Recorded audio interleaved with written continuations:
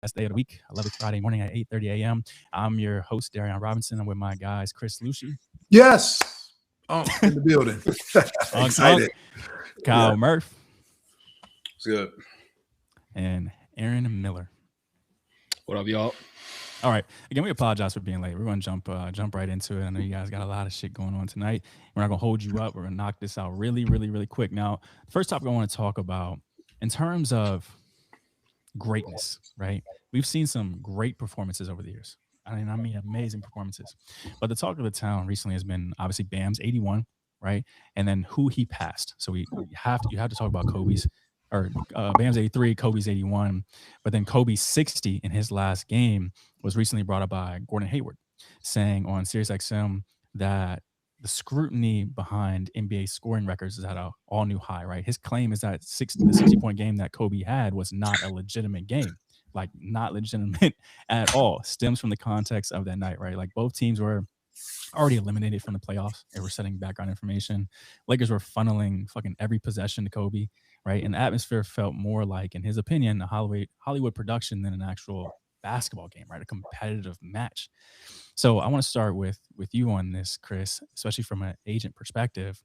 From a player's legacy standpoint, does the context matter when evaluating historical performances like that, especially a 60-point game from Kobe Bryant, no matter how it came?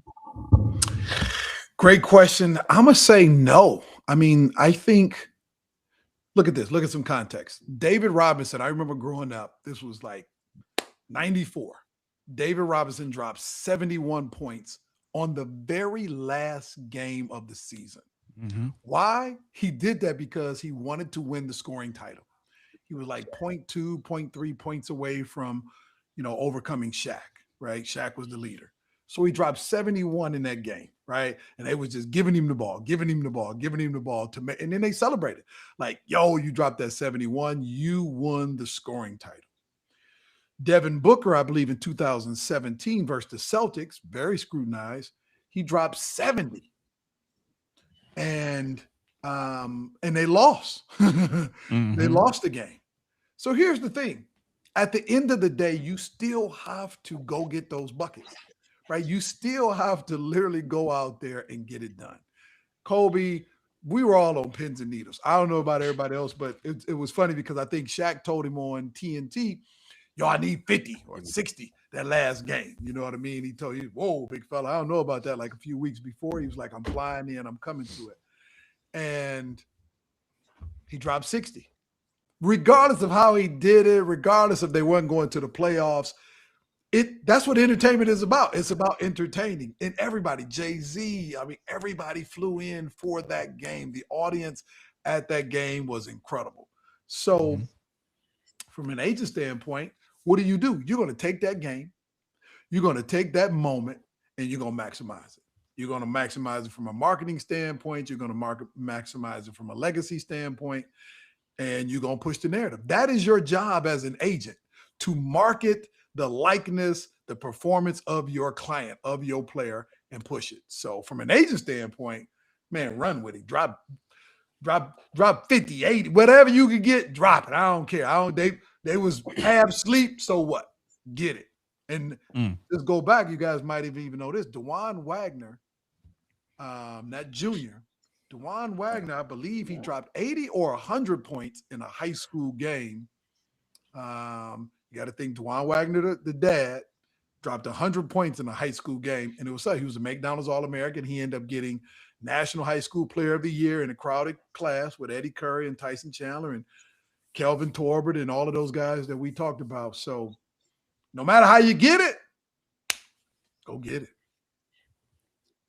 Go motherfucking get it. I get it. I love it. So my question then for you, Aaron, is, again, like the whole point of us having these discussions in this last week is storylines and narratives, and how do people actually get this? So does a story behind the performance change how we judge its greatness?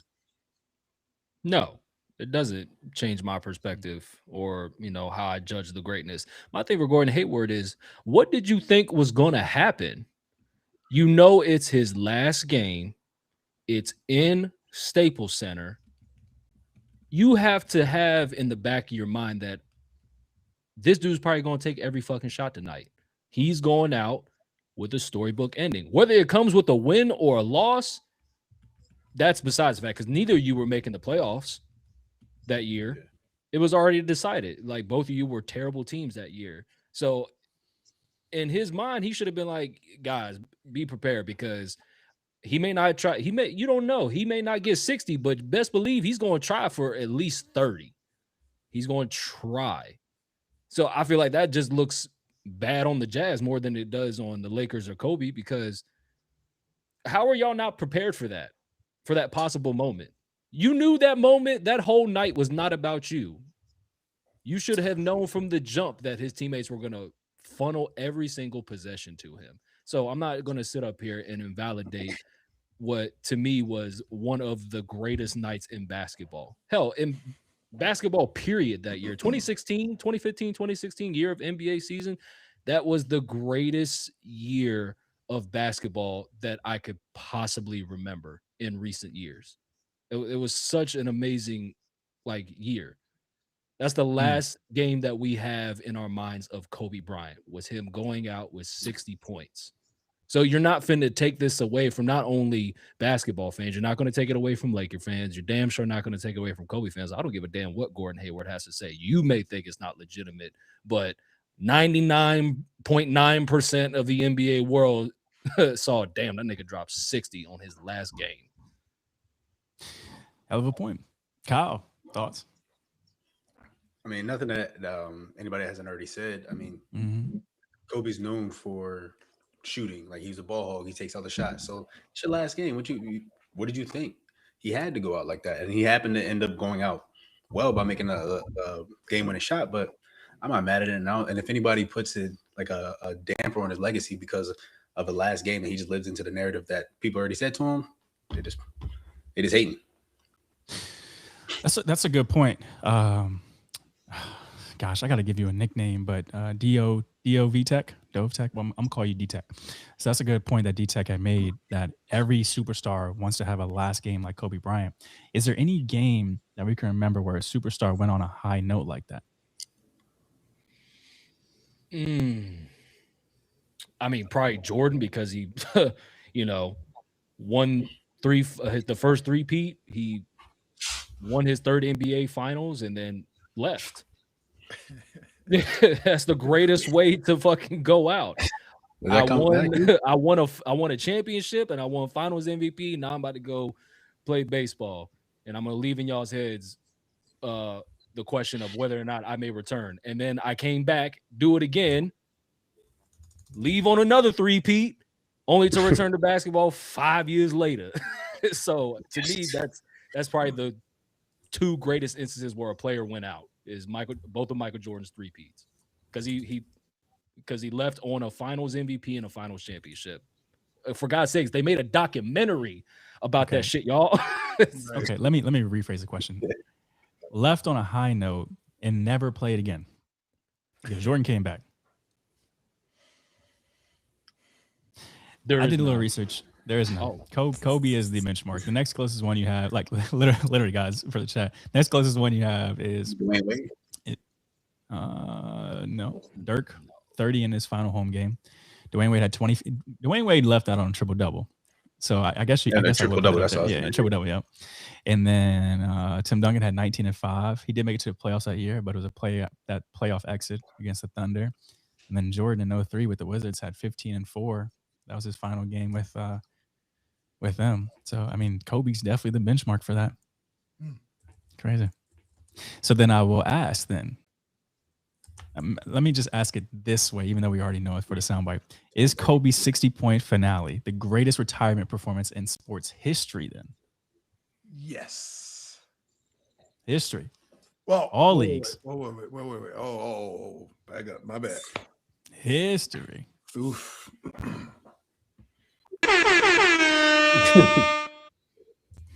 I mean, Peyton Manning went out on a Super Bowl win. And a Super Bowl, that's what I'm saying. Yeah. What was his stats though? Oh, he played terrible that game. He played terrible. He was carried by the defense. Anybody else? Khabib. Khabib. Yes. Okay, that's a good one. That is the a boxer. Good one. Yeah.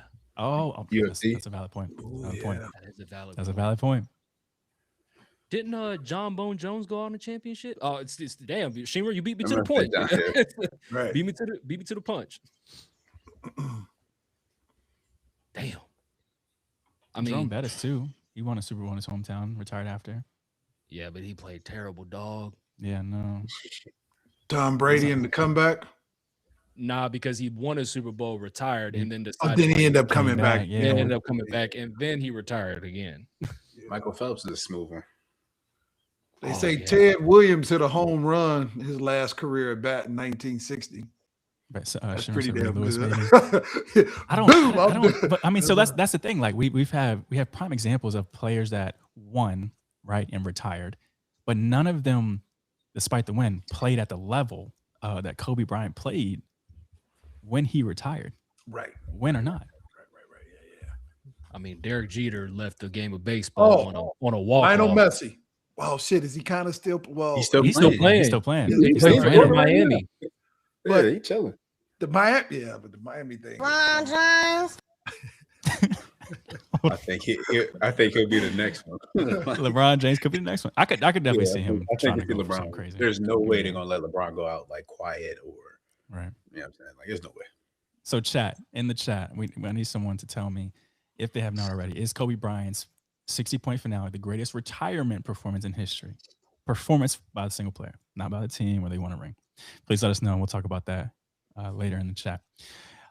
In the meantime, I want to pivot a little bit since we're talking about obviously that 60-point game and in times where it got a little bit embarrassing for people. Legacy, competition, and respect of the game is kind of what we drew from that Hayward conversation, right? Moments like Kobe Bryant's last performance kind of showed us how the narrative and perception can shape how we look at these said performances. But that perception and narrative itself shifts us to a team right now that's kind of fighting for a different kind of story around them. I mean, Kyle and I are in DC. Aaron's from this area too, so we have I at least have a little bit more leniency when it comes to the Wizards. But basically becoming the damn punchline of the league right now after giving up 83 points, and especially the way that they did so to Bam, right? So interestingly enough, Trey Young is like, I know he's only been there a few games, but he's been heavy on stepping up and defending that franchise publicly, which is exactly what they need. But my question for you, Kyle, is Trey Young trying to change the culture in DC, or is he realistically just defending a situation that the rest of the league has already written off? Like we said this, you go certain places to end your career or DIE. Yeah. DIE. I mean, I feel like, people say like the best way to stop making somebody making fun of you is by making fun of yourself. So I think he acknowledges the fact that the Warriors are terrible right now. And that's why he said in the future, and I'm sorry, the Wizards, my fault. The Wizards are terrible. He acknowledged the fact that that's the case. But like I said before, Trey Young has consistently his whole career proved people wrong. And so I think that the superstar, like the possible superstar, whatever way you want to put him, I think he's it's honest. It's true. Like I think they will be a good team. Do I think it'll be a championship team in the next 3 years? No. But will they be somebody who's respected and that you don't want to see? I do believe that they have a solid foundation, and I think they can make some noise in the league. But yeah, it's just hard to live down letting somebody score 83 points on you. Like you just can't. You got to acknowledge it. Yeah. Chris, do you think one superstar, when we look at history of leagues, especially the NBA, do you think one superstar can realistically change the perception of an entire franchise?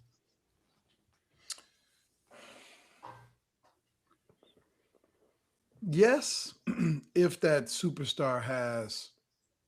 Yes, I mean, I think we've seen LeBron do it. You know what I mean? I think going from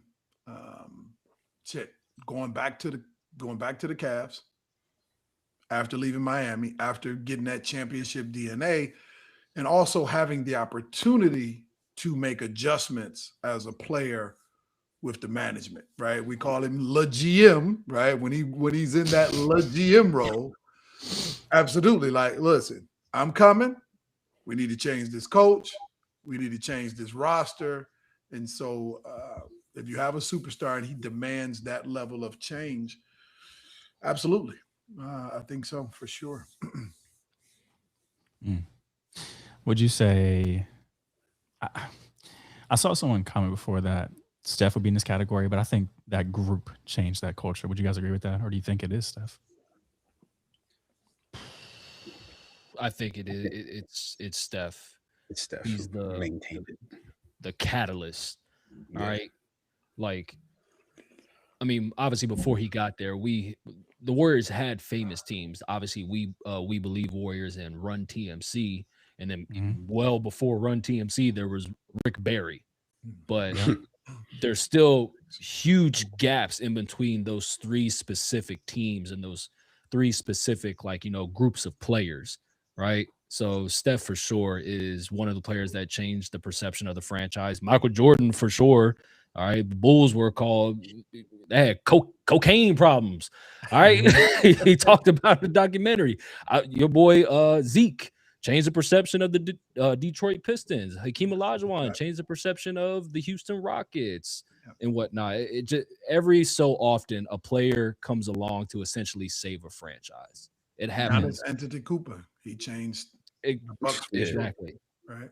Yeah, every so often a player comes around that changes the perception of your franchise. Steph, I believe, is the latest, I would say. Maybe SGA and Giannis. I would say they are the most recent ones that probably have changed the perception of their teams. Yeah. I would say more so SGA than Giannis because obviously recent success and whatnot. But yeah, for sure. They did. Chris, real quick before I get my take on the Wizards, you want to address why y'all gave him 155? Listen, the numbers are just numbers. It's not actual rankings. That's a nasty number. It's alphabetical or something like that. That is crazy. Okay. Now I praised. I mean, everyone's heard me say that I'm going to be a fan of the Wizards next year as long as they can keep their core and AD doesn't go anywhere, right? But I think, again, I just want to touch on this. I think the Wizards could be a lot better than people expect them to be, especially with that core of AD, Trey, and Alex R. Like I'm a fan of that trio. I mean, you're talking about, and I'm breaking this down real quick. I'm talking about three different fucking skill sets, right? That I think complement each other really well. You guys know I'm a fan of playmakers and point guards that can get big man the ball, and you have big men that can rock with it in Alex R and AD, right? So Trey gives you obviously shot creation and playmaking. AD gives you championship level defense and interior fucking dominance when he plays, right? I want to throw it out there because I know he don't play a lot. And then obviously to me, Alex R, just watching him over the last year or so, like he's a modern big length mobility and he's versatile. Like he led in blocks for a very long time. And so I think, if they're healthy, if everyone stays, I don't think the question is about talent. I think the question, again, is centered around the health and development because AD stays healthy and Sarr develops in a way that I think people think he can, at least the way I think he can. Shit, I think Trey might have, I think about the Hawks team, he might have the kind of support system that he could, again, make a run. I'm going to say make a run at a championship with in that East. So. Hold the fuck up. What did you just say? He said championship. That's what I was looking for the Wizards. The same Wizards, not no Harry Potter type Wizards. We're talking about the Washington Wizards. All right. Oh, no. Bro, I swear, bro. I swear. Mark oh my God. Let me come to Darion's Pearl to Pearl. For 1 second, right? The Detroit Pistons had an awful record just a moment ago. And they had to wait for them young guys to get, to grow. And now they're at the top of the East. So it is, it ain't totally far-fetched. They did make some great moves. I mean, I applaud the management for the moves that they made. They really, like a lot of, you would expect them to just say, let's just tank it out. Let's just ride this out for X amount of years. Just stay in the draft. And they're like, nah, we're going to make some moves, right? We're going to get some veterans, some guys that, Trey, by all means, I think Trey still got a lot left in the tank. AD, it's hard for me to, the injury stuff with AD, but there's this sentiment. When guys play, if you play enough to get to the, get to the playoffs, at the end of the day, there'll be a talented team. So that's how I see it. They will be in the play-in for the next 2, possibly 3 years. For sure. Before you see championship caliber, because you're gonna have those young dudes still have to grow, and you're gonna have to bring in more vets. Right now, your 2 vets are Trey Young and AD, one of which is still that's solid. I know, but like one of which is currently, still trying to get healthy, and another one can't stay fucking healthy. So you're limited in terms of like who's gonna be that consistent, like voice in the locker room. The other one just gave up 83. Hey, come he's on. not even a vet. He's still growing. This is his 3rd year. He's still growing. Okay. I don't know. I don't know.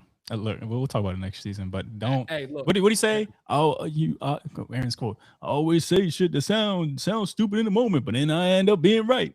I sound crazy, but then I'd be right.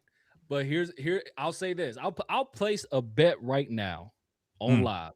If they win a championship within the next, let's say, does 5 sound good? 5 years?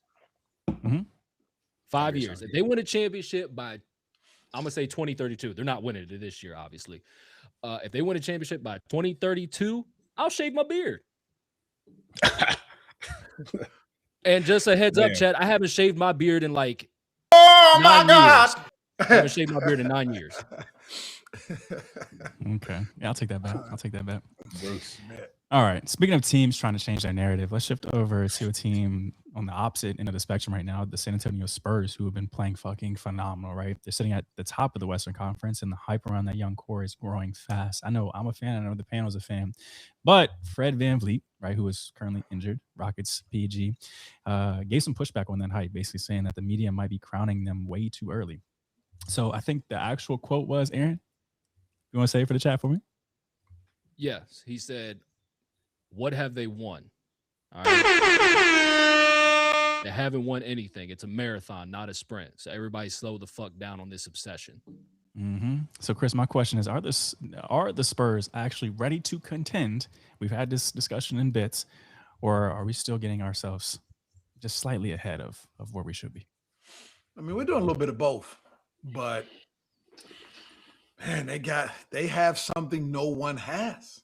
Right? They have a player that can literally change the game on both ends of the floor, at any time. And it's not just like, don't get me wrong. It's you got these two-way players, that's very good. Jaylen Brown, my dog, he's one of them. But we talking about a player that literally can just change every shot that a team takes. Doesn't matter where you're taking it from, right? This guy, his closeout is incredible. So,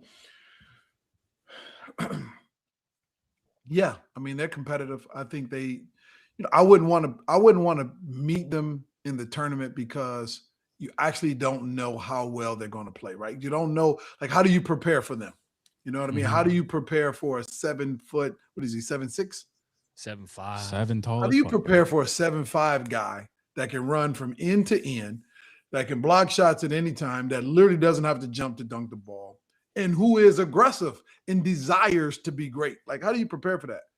So, no, they're not championship bound, and yes, they're young and all those things, but that's the issue, is the fact that they have no fear, right? They believe that they can win.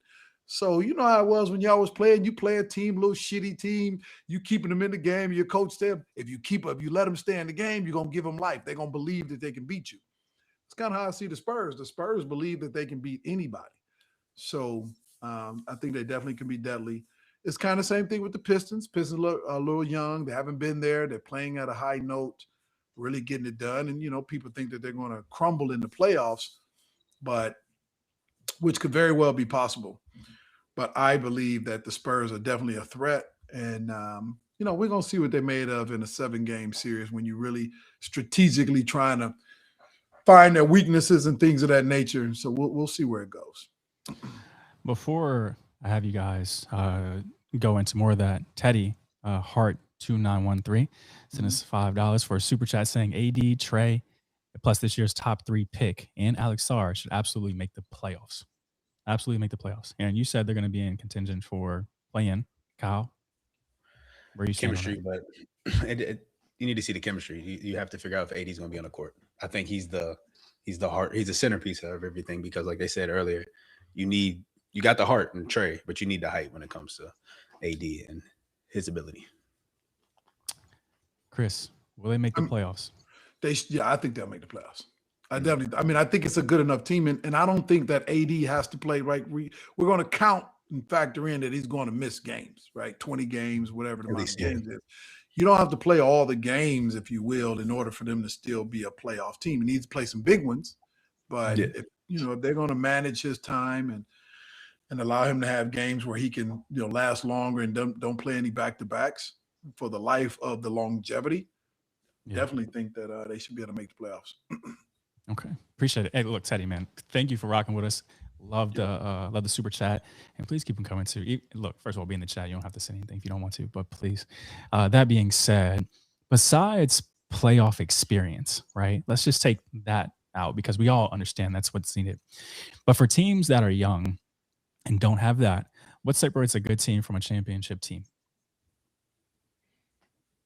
Separates a good team. One is probably playoff experience. I just said take that out. We all know that's number one. What else could it be? My back.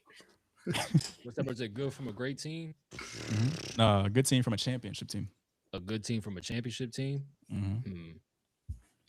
Shit, chemistry and everybody knowing they role, knowing where they fall in line. So, I think that's what they have in the Spurs. Everybody knows what they do. They play well. Fox got 19, Castle 16, 14, 11, 24. So like they know that he's the main person, Victor, and then everybody just plays well, plays their role, and does what they need to do, and they got heart. That's it right there. That's what I was gonna come with, heart, right? If you're a dog, you feel me, and you fight through, and it means something. It means a little bit more than just playing the game and fighting through injuries and things. I think heart, like that's for me, that is the number one difference maker. That heart, and that heart can be a lot of different things. It's like powering through when you're injured. It's like not saying accepting the fact, well, that wasn't my play. Well, shit, you know what I mean? Hey, my man over there missed his assignment. Like, no, holding people accountable. Things of that nature. I think heart and soul, if you got that heart and that dog and you really want to win, that can take you to a whole nother level. I think that's why I think that's why Draymond has been so pivotal for the Warriors, because he got that heart, he got that dog, and he has no problem holding people accountable. That's very fair. But again, I always go back to this talking point that Ashley had when we talk about specifically with the Spurs, like Victor shortens that learning curve, right?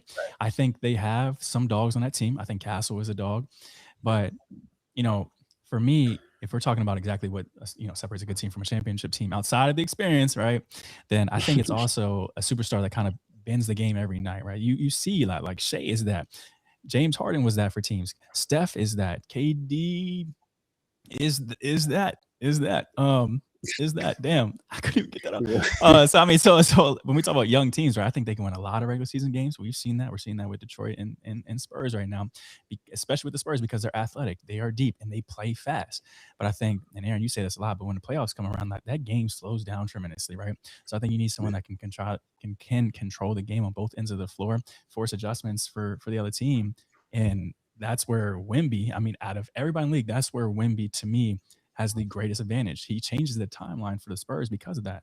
Normally a young team needs years to learn how to win at that level, but when you play with a player like Wemby who can dominate offensively, protect the rim, which is probably one of my favorite things about his game, period, but let alone affect every possession defensively, again, it shortens that learning curve. So, for me, the real question might be for San Antonio isn't, if they're talented, do they have the experience, throw all that out the window. It's going to be whether or not Wemby is so special that he really does accelerate that championship window than people expect. And to me, I think it's definitely possible. I must be the odd man out because I'm the only one who thinks they can't win it this year.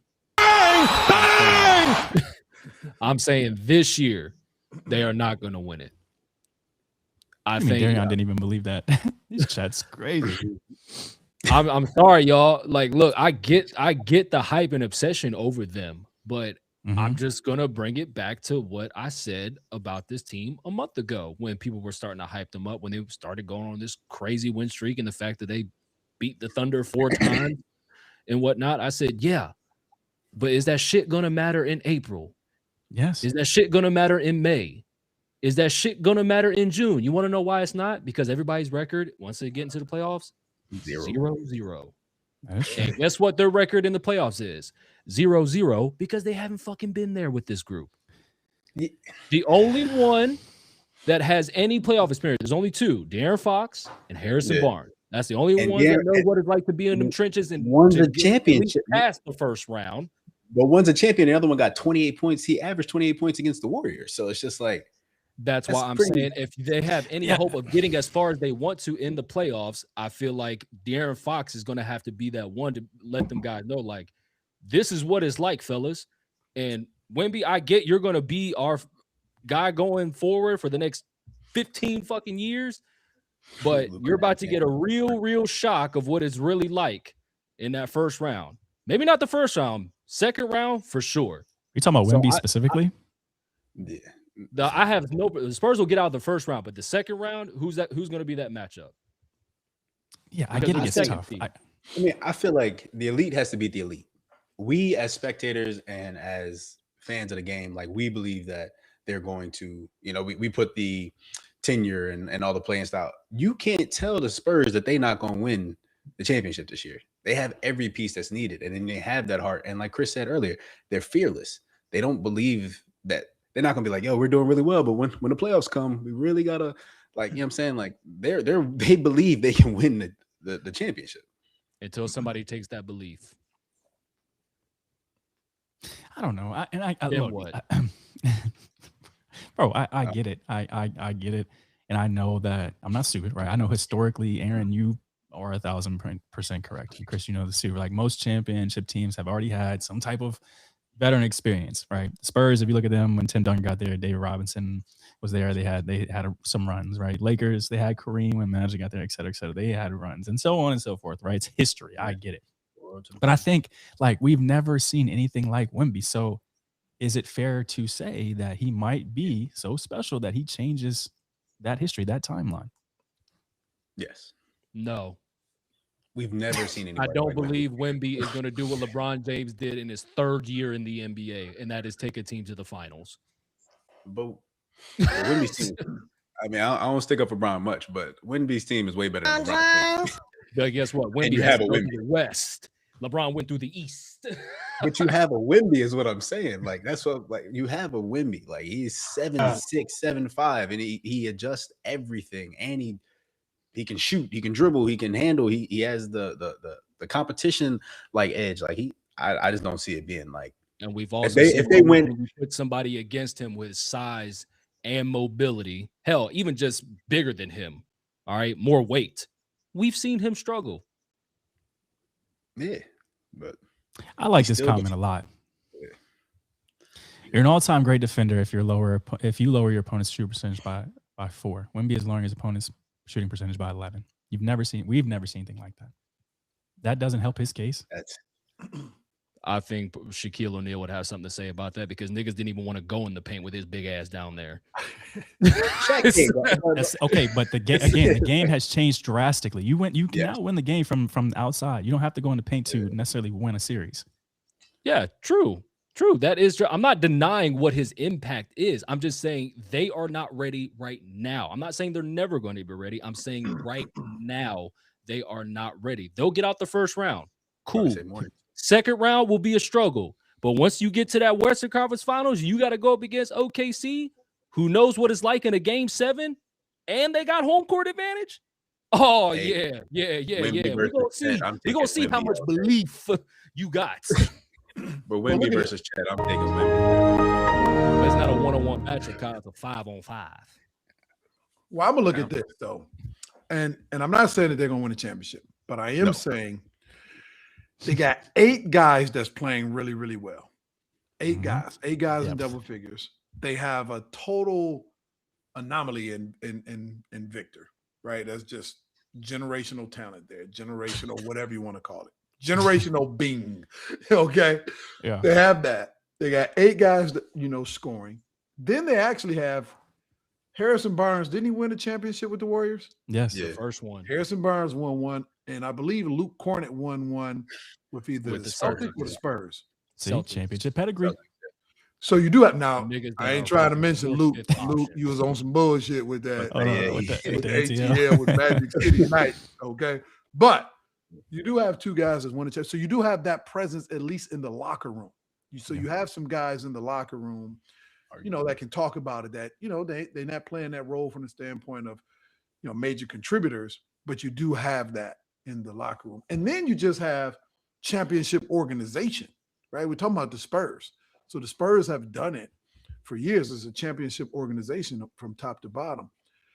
So for me, that skips a couple of beats, skip a couple of curve, if you will, for the normal masses that's just kind of all of a sudden having a great player. That's my take on it. I'm not mad at where you at, Aaron. I feel you. It's going to be a tough road if they pull it off. But I will say that with Victor, hey, anything seemed possible to me, especially in the playoffs. If Wemby was 6 inches shorter, I'll be on your side. If he was 7 foot, I'd be like, all right, cool. But 7'6" and agile is it's just hard to say that. So remember this, guys. Sorry about that, Murph. It's not, man, I'm in a 7-game series. Then they got to play them. It's the 1st to 16. That's it. The 1st to 16 wins the championship. So, I know we get careful. Well, man, it's going to be a 7-game series. The first person to win 16 games is the champ. If you look at it like that, you don't think Victor can pull it off for just 16? And man, that could be deep. I mean, as of 2020, go ahead. Oh, go ahead. I was gonna say, as of 2026, Black Moss question is, who would you say is the better all-around player in the league right now? Nikola Jokic. He averages more rebounds, more points, more assists. The only thing Wemby has him on is blocks and steals. Mm-hmm. And his percentages are pretty fucking good. I was watching down the road, Wemby, when he figured all that shit out. Oh my God, we may see a 4-time MVP, like 4 in a row. Chris, answer this before I give. Yeah, I mean, I think so. For me, with Jokic, I was just looking at that. I think they overplay him with the ball in his hands. True, Everything goes through him.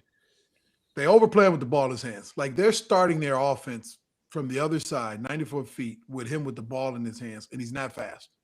Right? Now, he'll make that, he'll pass ahead. And don't get me wrong, he's an incredible passer, but I think that they limit their transition game because he's hanging out back there, bringing the ball up. So, his statistics from a standpoint of assists and things of that nature tend to be inflated a little bit because they pound the ball in his hands every possession. And does he have a skill set that he can do that? Yes, but the effect on the game, shit. I mean, you still can't. Like Wemby can literally change your whole. Wemby by himself can change your offense. Yeah, by himself, he can change the way you play the game offensively. Your entire strategy. Like sure. Your entire strategy can change because he's there. Like I feel like Wemby's going to be what Jokic is down the road in terms of points, rebounds, assists, with blocks and steals, but it's going to be a more athletic version of it, a more fast-paced version of it. I'm glad you said that because I feel like outside of him not being able to shoot that well, Giannis is in that category. Yeah, I would say like I don't. We're never going to see Wemby be. I don't want to say we'll never see, but if he gets some weight on him, oh my God, niggas better pray he don't get to at least like 250. Because I think he's like what 230 now, maybe. Yeah, and it's crazy. Yeah, you better pray he don't get to like 250. Right. You better pray. I want to answer some of these questions here. Love playing devil's advocate, Aaron. Yeah, respect to Aaron. Okay, I got you on that one. Damn, he get the respect. Right. Fact. Black Maw did say off the eye test alone when we could be the best player in the league. Oh, yeah, 7'6", sure. agile, athletic, defensive wonder. For sure. Yeah. Even Nikola Jokic just said he's glad he'll be out the league by the time he figures it all out. Yeah. Yeah. I love it. Okay, let's transition into a gravity problem that Jeff T actually brought up in terms of the Rockets, which is a great topic, I think, because for me, the Rockets were supposed to be, and they're still a good team in the West, I will say that, but I still don't think that they've had a chance to figure out a true identity, and that's kind of what he's talking about, right? Like, we talk about generation players who can carry, a lot of the talent, a lot of the load on any given night on both ends of the floor. And that's great, but when we look at, sorry. No, I was reading. He said when we can't even win man, Olympic championship. Wow. I was like, look who he's playing against. You know what I'm saying? Like playing against the goddamn Avengers. That's true. That's true. But Jeff T said on the podcast Club 520 that the Houston Rockets have a scoring gravity problem, right? They rely too heavily on one offensive player, and I'm assuming obviously that's KD this year.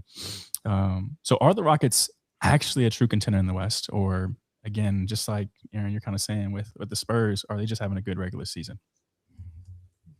They just having a good regular season, dog. Like, I know you said they're having trouble finding an identity. If y'all niggas ain't figured it out by now, you ain't finna get it figured out by April. All right. Usually before All-Star break is when teams have established who they are and who you'll see going forward after All-Star break. But with them, they still haven't established that second go-to scorer for them. We know who Alpha Dog is. That's Easy Money Sniper. We know who it is. All right. We would have hoped it been Sangoon, but sometimes he be on some bullshit. And then it has to be Reed Shepherd or Amen Thompson stepping up. All right. Yeah. So I think they're just having a really good regular season. What's their seed in the West right now? What are they? Fourth, fifth? They were third. 25. Yeah, I think. No. My Lakers are third. Don't do that. I said they were third until your Lakers took it over. Now they're fourth. Yes. They're fourth. And who's the fifth seed? Your question.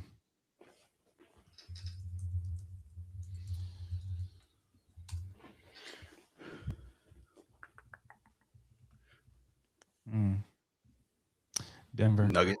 Yeah. Denver. Oh, if they play in the first round, I got Denver all day. Yeah. I know. That's why I don't even want to say it for a second. Yeah. If they have to play Denver or hell, maybe even Minnesota, because what are they, the 6th seed probably? Oh yeah. I'm not picking the Rockets. Oh no, I got them over Minnesota. I feel like again, we talk about relying on one player so heavily. We just had this whole conversation about their percentages. I'll take them against Timberwolves for sure. I trust Ant-Man because he's already bounced KD before and he can do it again, damn it. But the team has changed and the dynamics of how they're playing has changed. Team has changed, but Ant-Man hasn't. That's the one consistent factor. All right, he's the OG sniper. Again, that's true, but he's again like I just saw a breakdown of this this morning when we were planning for this. Is like he's taking shots right now at a whole different mentality. Like he's shooting over 4 or 5 players instead of kicking it out.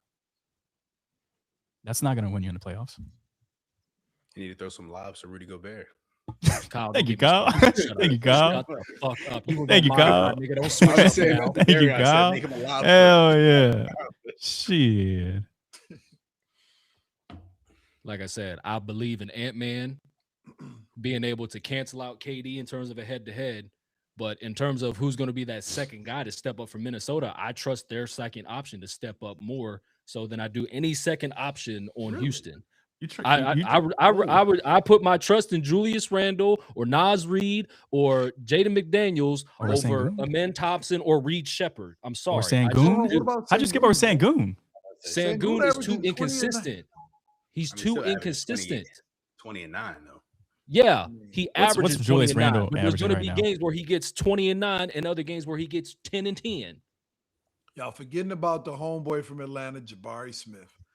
I'm going to just say this about the Rockets. He's one of the most inconsistent. Okay, so they're all inconsistent, but they all averaging 20. Damn near. You know what I mean? Like in their inconsistency. They take a turn.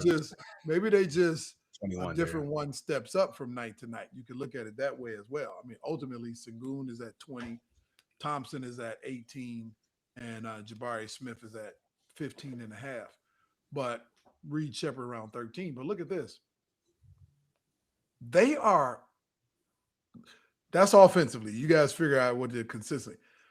their length, the length that they have is structured for playoffs. Like all of those long athletic forwards, if you will, bigs that can all kind of switch. They can all switch defensively in the playoffs. I think that, and then Thompson is he can guard 1 through 4 by himself. I'm telling you, man, they could be difficult. Like teams could find that they are a challenge in the playoffs in a 7-game series. Once if you're good coaching, they got a good coach. You figure out, the offensive sweet spots, if you will, of your opponent. You figure that out. It's all about matchups and shutting things down. They could be tough, man. They can switch 1 through 5, right? Durant, Sengun, Thompson, Jabari, on an island, Reed. please. I mean, they can switch, right? They could switch 1 through 5. Well, maybe not Reed, Shepherd, but 4 of those guys can switch. And it could be tough defensively. I wouldn't count Houston out. I know it's you harping on it inconsistently, but here it is. They're all capable scorers. They may be inconsistent, but they're all capable scorers. And in a playoff hunt, that's important. Oh, I see you right there with the KD killed the chemistry. I ain't gonna argue with you on that. Yeah, I think they just need a real point guard. Go ahead, Kyle. Go ahead. My bad. No, I just think they just need a point guard. Like Thompson's not a point guard. VanVleet came in. Like, that's what I'm saying. When Fred gets back, I think it's going to be a whole different team because championship caliber point guard. He can control the pace. He can also score. I mean, when it comes to defensively, they'll be a little bit undersized. They will be undersized because of his stature. But like Thompson playing the 1 is just like it's forced. That's more of a scheme lineup, like who you're playing last 10 minutes. Try to get rebound. You know what I'm saying? Like that's not a starting lineup that you have. So I think that's probably their biggest problem that they have going on. Let me ask you this: Does that fit with the same thing that's going on in Dallas?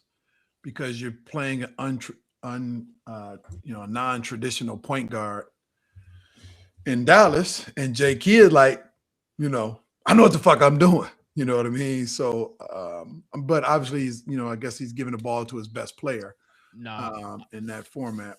But I don't think it's the same thing. No. It's kind of the same thing, but it isn't the same thing. Cooper has to play the point because who else on Dallas can create and get their own shot? Whereas on Houston, you have multiple guys that can do that. It's just a matter of who's the best person to bring up the ball and get into our offense at this point.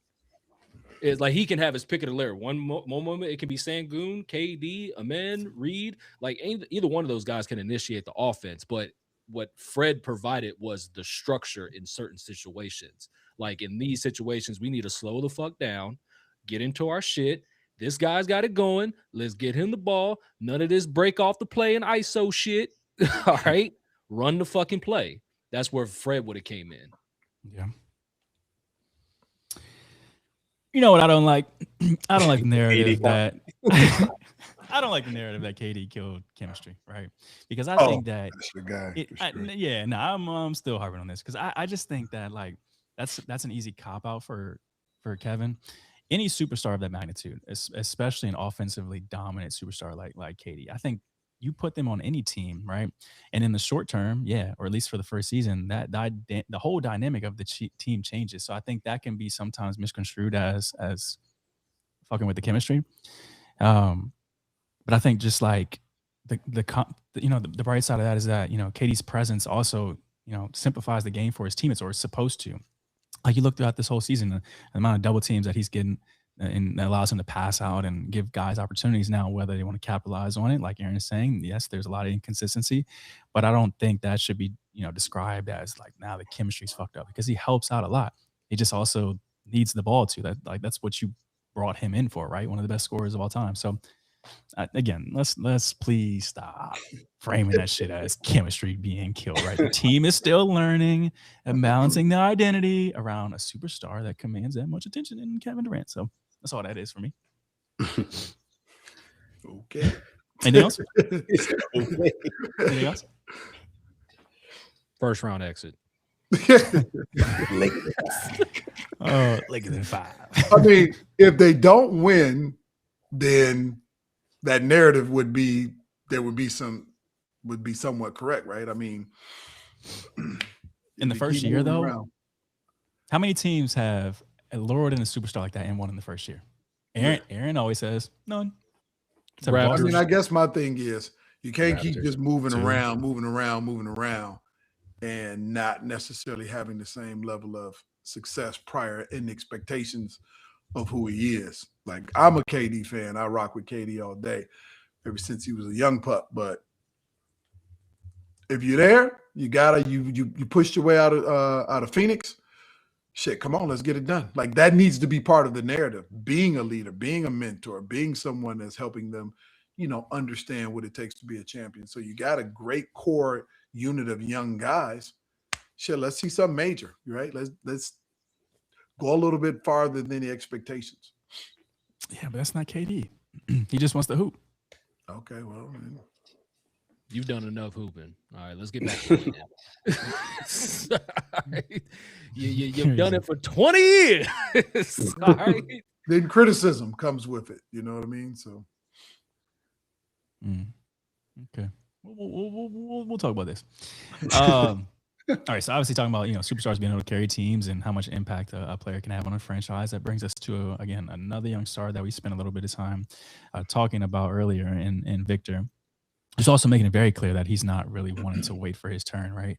He had a dominant performance the other night, and he said that he's really pressing the gas on chasing both MVP and DPOY in the same season. I mean, elite company he'd be in if he did so, right? Jordan, Hakeem, Giannis, they're the only 3 players to ever have done that. So the question then becomes, Chris, at 22 years old, is Wemby actually the closest that we'll see right now in the league as being a player that's going to be able to do that next? He's exactly that. Like, Wemby is the best defensive player in the league, period. So that's just hands down, right? The mere fact that you have to change your entire offensive scheme based on him being out there, that's defensive player of the year. He doesn't have to have I change your whole scheme. Now, MVP, if you take him off the Spurs, then they're just a young up-and-coming team that we're talking about like, yo, man, the Spurs are going to be good one day when them guys get older. So from the standpoint of, I always go back to this, right? I always use this, Steve Nash winning 2 MVPs, which I hated, but Steve Nash won 2 MVPs with Shaq and Kobe playing in the league. Clearly, he wasn't the actual best talent in the league, but he was the most valuable player. Right now, you could argue either Victor Wembanyama or Jaylen Brown. If you take both of those players off their teams, where would those teams be? So that's that Steve Nash argument. So Victor could easily be MVP and defensive player of the year in the years coming. I mean, it should be almost, I don't want to put the expectations there, but if he doesn't step off the gas and he continues to develop, then he's just going to be the best player in the league, period. Mm-hmm. I mean, but he said he's trying to win both of those awards this year. Defensive player of the year, he's got that on lock. MVP, no. I'm sorry. I get your point, Chris. If you take him off the Spurs, they're just a young and upcoming team that will be good for the years to come. But to me, who's going to win it? Everybody has a person. I feel like it's a three-way tie between these 3 players right now. I don't know. However, whatever the masses want to put in terms of who's first, second, third, I don't care. I'm just going to name the 3.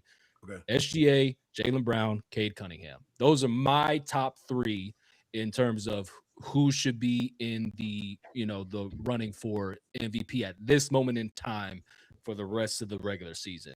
All right. I get Nikola Jokic, but like, he can only afford to miss 1 more game. And not only that, like, his team is 4th. It's going to be hard to give an MVP to somebody in 4th when the other 3 guys I just mentioned are either 1st or 2nd in their conference.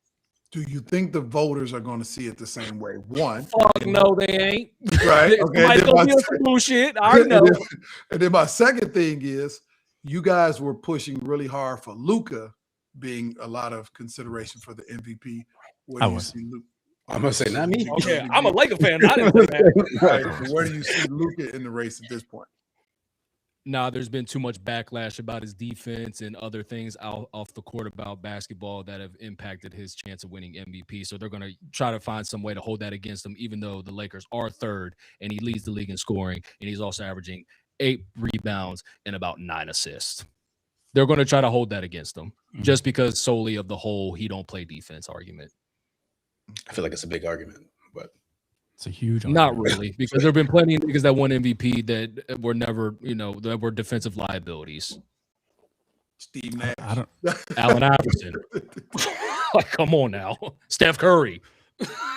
Y'all can't pick on AI. Yeah, but none of those players that you listed got the pushback that Luka's had in the last season and a half. You might want to read Allen Iverson's autobiography. He talks about it. Listen, AI was bullshitting on defense, and because Larry Brown talked about this at a camp we were at, he still was like leading the league in steals. Off ball. But still, that's a statistical category. Still defense. You know what I mean? Still defense. Yeah. You know what Still I mean? defense, but still nobody ever sat up there and thought like, oh, what a lockdown defender for such a small guy. Okay, but but think about this. If you add that stat that AI has of 5 steals off ball to Luka's presence, I think his whole narrative changes. Like he doesn't play on ball defense, but he affects the game defensively in this manner. They'll probably go with that. Okay, what about Steph when he won it? Was he leading the league in steals? We talk about this, no, but we know he gives effort. He might not be good, but he gives effort. We talk about this all the time. You and I had a whole argument together about this. Dirk Nowitzki? Like, I can keep going, y'all. You know, this dude got his list now. He gonna have I get that, but again, none of those names were ever labeled as he actively seeks not to play defense. That's been a narrative about Luka. How do you know that? You said that? We were kids when I just mentioned these guys were winning MVPs. How do you know that wasn't a narrative? We didn't care about what ESPN or Stephen A. Smith had to say on those sports debate shows. We were just happy that these guys were playing well and winning MVPs. We don't know we were kids when these guys won MVPs. We didn't know what the fuck the media was saying, because as kids, you don't give a shit what the media is saying. Your whole mindset is, I like this dude game. I don't give a fuck what nobody got to say. This is my go. All right. Quick Google search. We can do some quick Google searches then. AI didn't play defense until Larry Brown spoke on it, because of the fact that, because I wasn't a little kid, because he was averaging so many steals. So I saw him as a guy that was incredible because he would shoot the gap and anticipate and get a lot of steals. I'm like, damn, he out cold on. And then they had Eric Snow, who was the defensive wizard on the ball. So the sentiment was, Snow checks the point guard. AI is over here guarding twos, who's 6 inches taller than him, but he's shooting the gap and using his quickness and things of that nature to affect them defensively by overplaying them and getting steals. So I didn't see him as a defensive liability, in real time. That makes sense. I mean, right now, Luke is averaging damn near 2 steals a game. That puts him up there with some people, don't it? Yeah. I ain't giving Luka nothing on defense. I'm about to say, I ain't mad at you trying to push it doesn't matter so if you look bad at the stats. Nobody cares, because it's like it's been ingrained in your head that like this dude doesn't give effort, so that's going to affect the MVP voting decision. You already know that. I'm a Laker fan, and I'm saying this, y'all. Luka's not going to win the MVP. Does he deserve to be higher in the MVP conversation, concerning all the other things where he has his team, what he's averaging points, rebounds, assists? Yes, but I know the media is going to hold this whole defensive narrative against him, and because of other stuff that's happened off the court as well. So why you don't see Victor as should be higher? Why don't think Victor? Yeah. I think just because, like, the last time we saw an MVP win it at his age was Derrick Rose, and even people were saying Derrick Rose shouldn't have won it over LeBron James. So your argument is age? I'm saying they're probably going to use age against him. I'm saying this as not as me. Like, if he wins MVP, I'm not going to be butthurt about it. I'm like, oh, well deserved. But I'm saying the voters are going to find some freaking way, because it's hard to argue Shai is averaging this and his team is number 1 again. Like I said, MVP goes the best player on the best team, that whole narrative.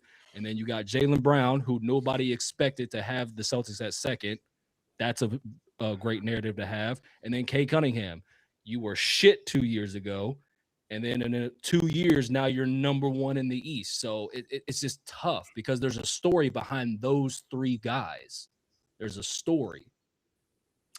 Who's the easiest person to vote for? Shai? Shai is probably the safest or pick. Jokic. Nobody's going to argue with the number one player on the number one team. So Yeah, Shai'll Shai. probably win it because Shai's the gonna win. voters historically typically go with like the easiest narrative. You know what I mean? Stupid. Like, yeah. Darren, see what Black Maul said?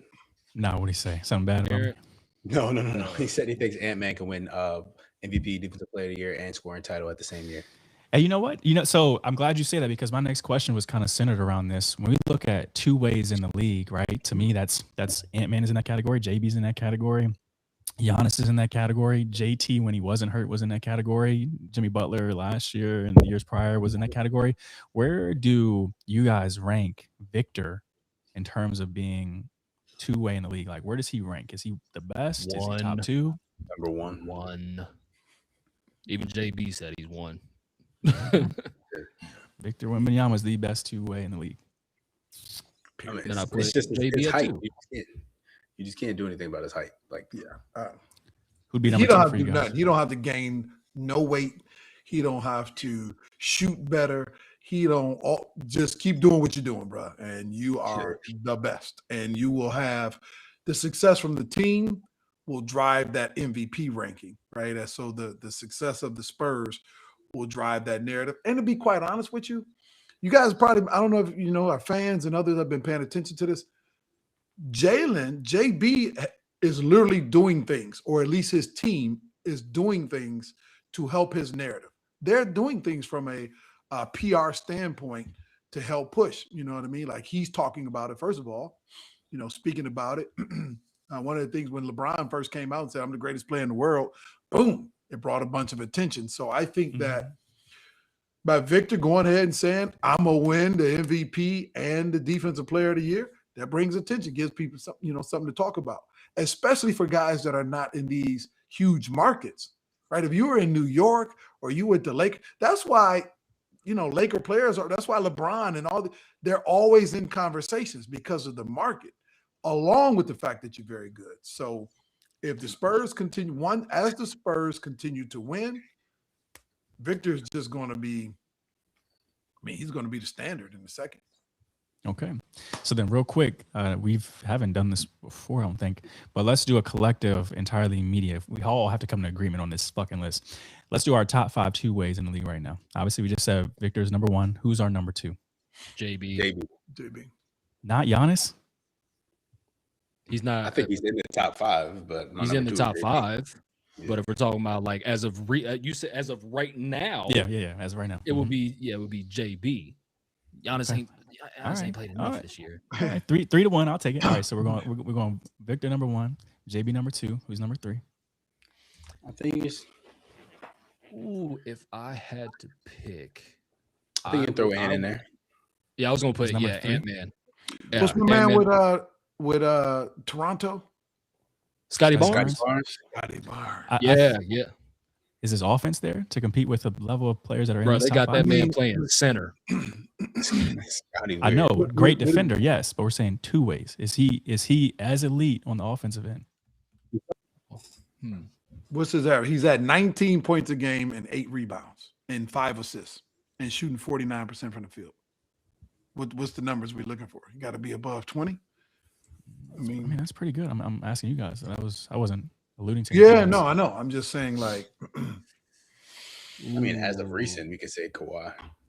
I was gonna say Kawhi is in that list. As of recent, I just he hasn't done it the whole season though. He has though. Has he been defending this year? I haven't really heard about him. Like, yeah, it's still Kawhi Leonard. When motherfuckers got one Kawhi on the island, they're like, oh shit. Okay, all right. So then our list so far is, and it's not the first two are Wemby and JB, but then below that, we still got Giannis, Ant-Man, Kawhi, and Scotty Barnes. Is that our top 6, or is there still a name we're forgetting?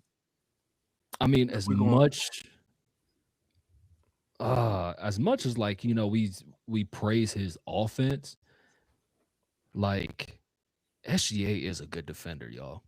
I was say he does average two stealing games. I consider him a two-way, but I don't know if it's still at the level of like a Kawhi and Scotty Barnes having a phenomenal. I don't fucking know. He's smart. He's very smart on defense. Is the chat saying anything so far? Just Kawhi. Come on. What about TikTok? I don't have it up. I don't think we live. I'm trying to think of anybody else because it's tough. AD Because hasn't played this year, Oscar. He would be in there if he was just playing. Yeah, for sure. Could you put Amen Thompson in there? Amen Thompson? So he's like Scotty, right? So he's like Scotty Barnes, right? He's a capable scorer, but he's scoring. He's scoring.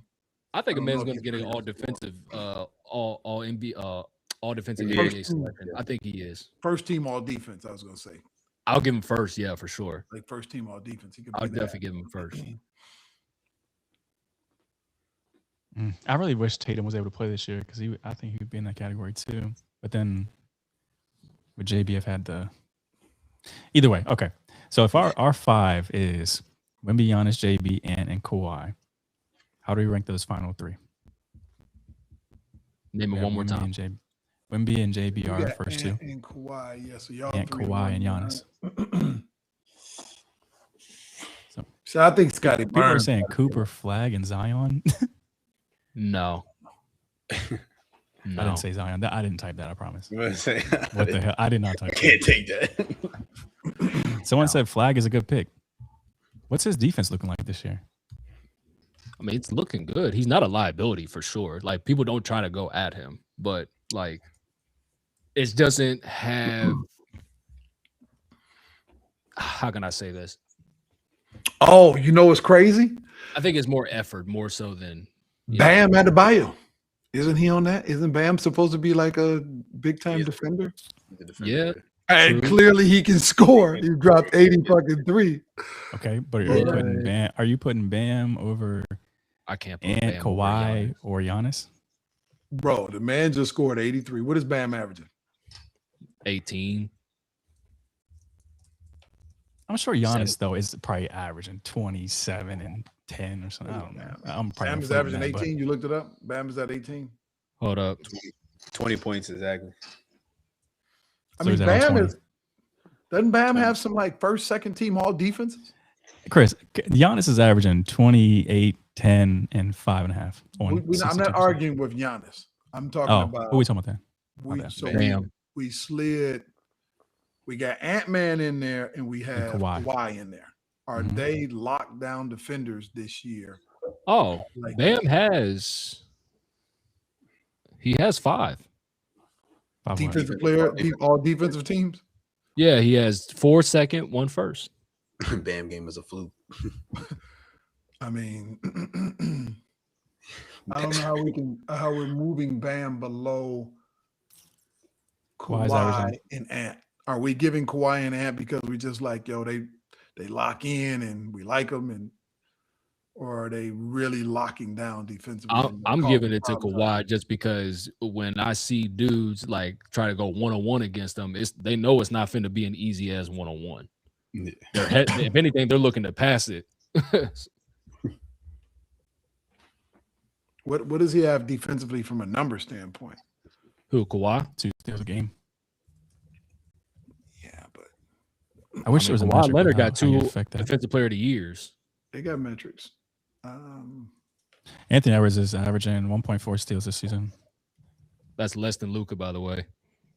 That is less than Luka. Yeah, I don't know. I don't know. I think we just gifted him as, being so superior offensively, and then that they try and they play a little D. But okay, so you take Ant-Man out and putting Bam in. Kawhi has 2 defensive player of the years and 7 all defensive teams. 3 of those are first team. Yeah, I mean, Kawhi has always been a defender. We talking about this season. We talking about this season. Has he been that type of effect this season where his peers will call him, on the all defensive team? I haven't seen him play him at that level, but I don't watch enough West Coast games to know that. No, he's definitely not on. I wouldn't put him above. All right, so let's not gift people based on my opinion, or Wemby, or JB, based on what they did 3 years ago, Ant-Man. like that. Yeah, I wouldn't put him above those 4. I definitely wouldn't put him above those 4. Okay, Scotty Barnes is elite defender. Bam Adebayo is an elite defender. They're elite.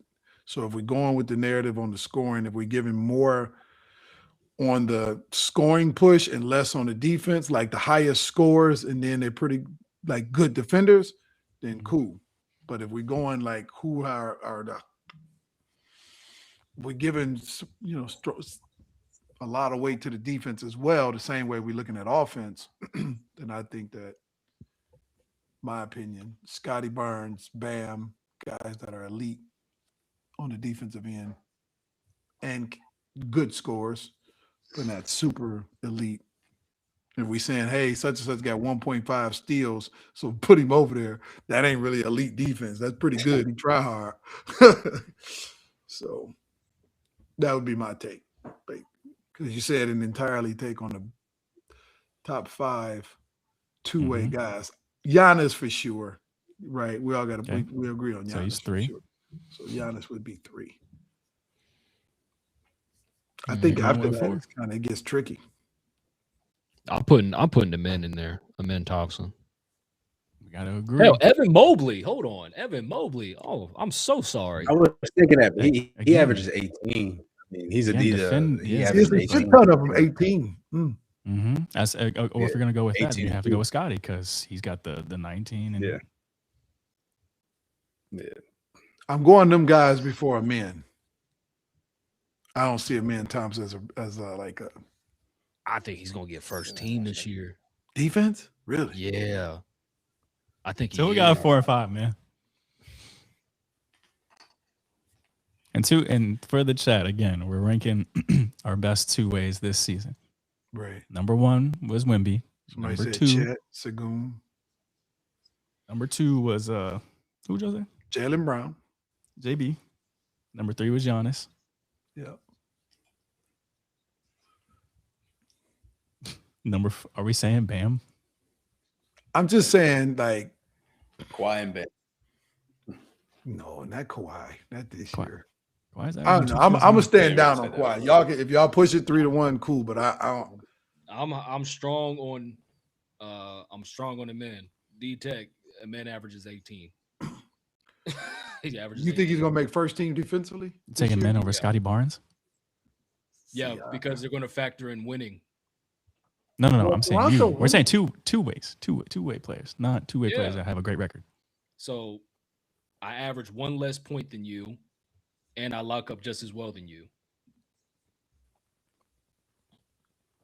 So he could say, I average 1 more point than you, and I lock up just as well as you. But I'm winning. But I'm winning. That you gotta think of these voters, man.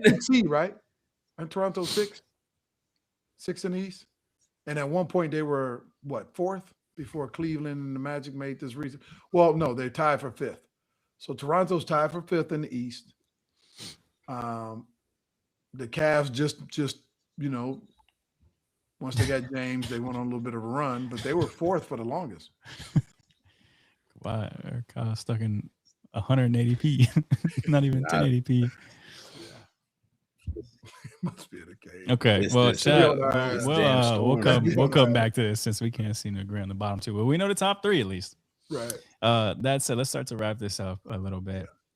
Obviously, we talked about elite defenders and kind of what separates the best players on both ends of the floor. But conversation about 2 ways actually reminds me of something KD had said recently when reflecting on his time with Westbrook and OKC. Right, KD talked about how explosive and confident that duo was, almost like that AAU mentality when where you walk into every game believing that nobody on the floor can stop you, unless, like Kyle says, it's a group of a bunch of white boys.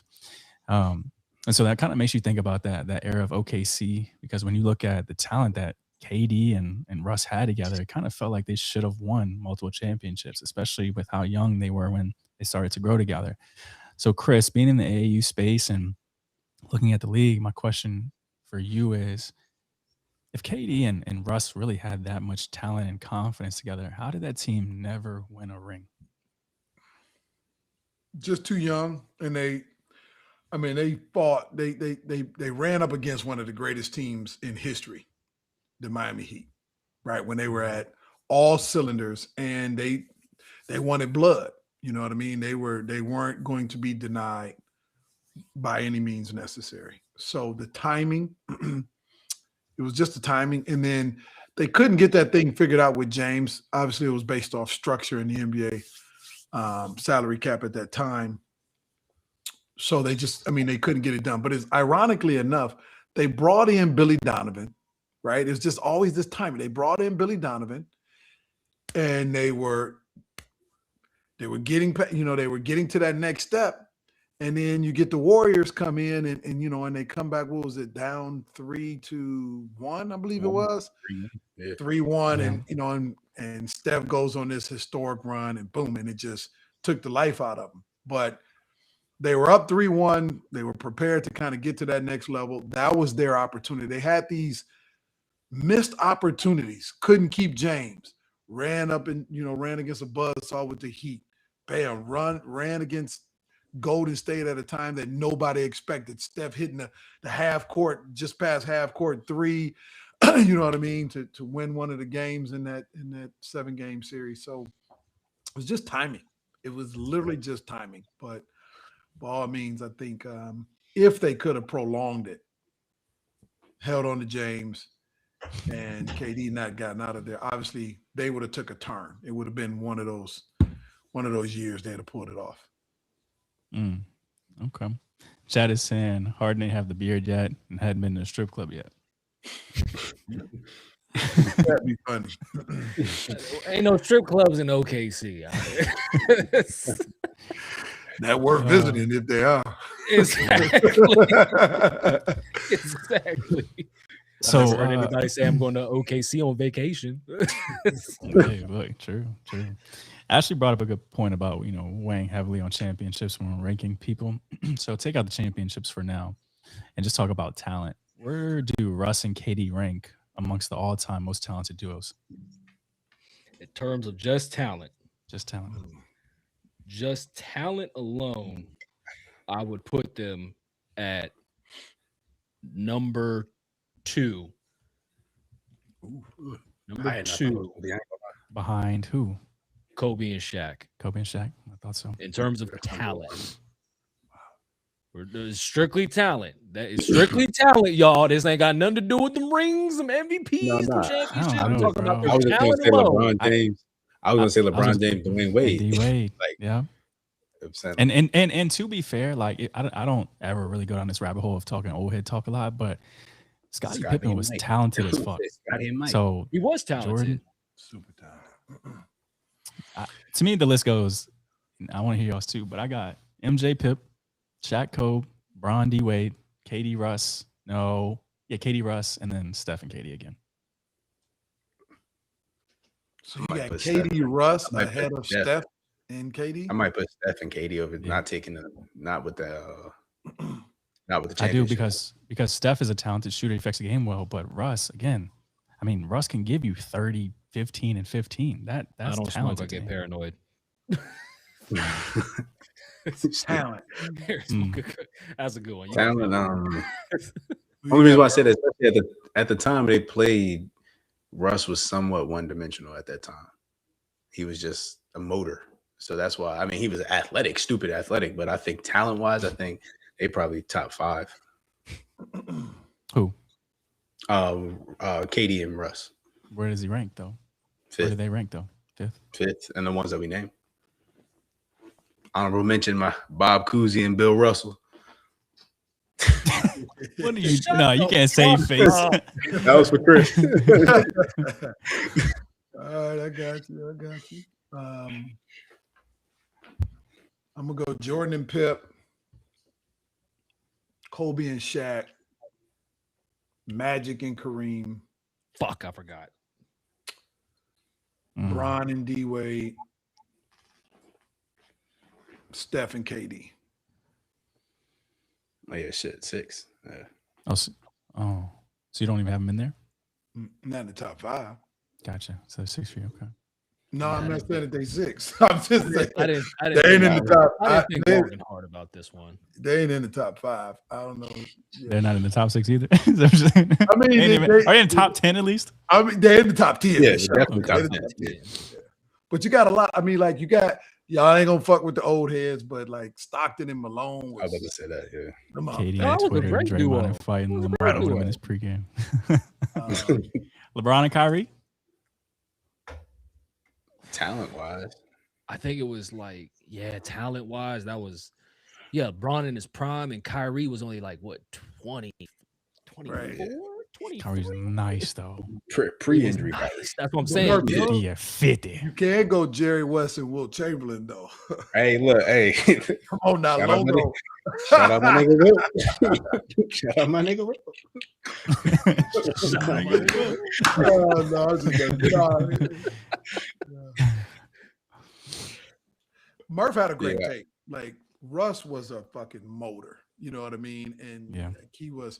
That's what he brought to the table. His energy. He outplayed everyone from a standpoint of his motor, playing hard. You know what I mean? Just his dog, his tenacity, and made things. You know, he like brought attention to him from a defensive standpoint that sometimes freed things up for KD. But on the other side, often some of the little bickering took away from KD's greatness. So there's a lot of my turn basketball when it came to their chemistry. I think that's the biggest downfall for them, not because lack of talent. It's just like KD going off and Westbrook be like, all right, I'm gonna shoot this three now because I'm capable of making it. It's like, no, don't do it. Oh man. It's like confusing. Okay. Can't have the regular points and sleeping with people. It's not real. Hey man, he the GOAT in my book for that. If you ask me, I don't care if it's real or not. The fact that it was even a topic of discussion on television is great in and of itself. What's up with this crayon thing? Why do you keep saying Russ was eating crayons? Oh, I never heard that. Who's saying that? All them damn Hey, top duo, Darian and Murphy. No, Kyle couldn't get the job done. Of course he had him. Kyle couldn't get the job done. I couldn't get the job done. Yeah, man. Solid duo. Who's that dude on when KD played in Phoenix? Who was that guy that I didn't like that you don't like either? Shoots lefty, got the little weird jumper. Then he went to New York. Cameron Payne. Cameron Payne. I'm KD. He was Cameron Payne. Yeah. Cameron Payne. Hey, he just had 33 last night. I'll take it. Hey, he in the league. He still got a job. Yeah, you had moments. Did he drop 40 the other day? Like, Kyle had moments. Kyle had moments. That's what I'm saying. He had some moments, but he wasn't great. On that note, that's all the time we really have for tonight. So shout out to the entire panel and everybody in the chat. Again, chat, for everyone that's been rocking with us, please send me an email at darian@entirelymedia.com because we want to get you some gifts or something, right? As we grow this community, make sure, again, you like, subscribe. If you enjoyed the show, let people know that we are growing this segment of it. And don't forget, we'll be back Wednesday with another episode. But before we drop out and leave completely, my man Chris got a quote to send us off. We're doing one of my quotes today. All right. So I'm gonna go with let's go with one. Let's go with one of Kyle's favorites. My dog.